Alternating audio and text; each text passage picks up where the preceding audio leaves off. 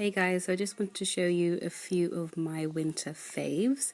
Now first we have the Leighton Denny, their Time Repair. Now this is good to use on its own or as a base coat.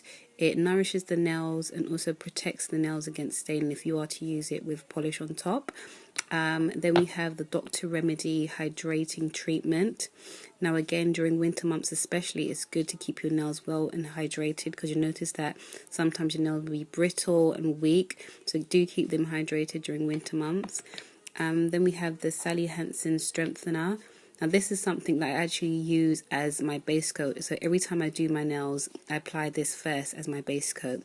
It keeps my nails really strong and healthy, and I just swear by it. Leighton Denny Cuticle Oil. Now I'm really big on cuticle oil because every time I wash my hands, which is very often throughout the day, I use a moisturizing cream and then I apply my cuticle oil straight after, so just literally around the cuticle. My favorite is the Sally Hansen one, as you can see, and I've got a little bit left. It does last a long time. I'm always saying a little bit goes a long way, and it's just my holy grail. Cuticle oil, especially in the winter months, will just save your nails and make them continue to be nice and healthy.